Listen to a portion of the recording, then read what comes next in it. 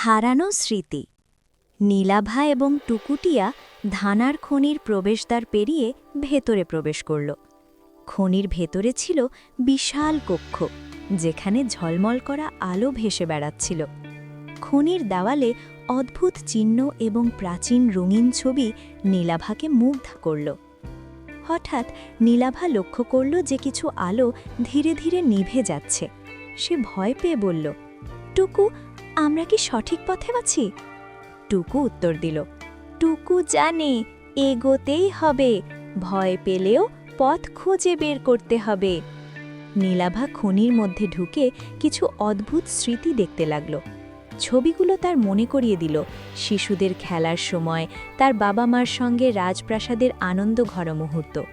সে বুঝতে পারল এই খনি শুধুই আলো নয়, এটি স্মৃতিরও খনি।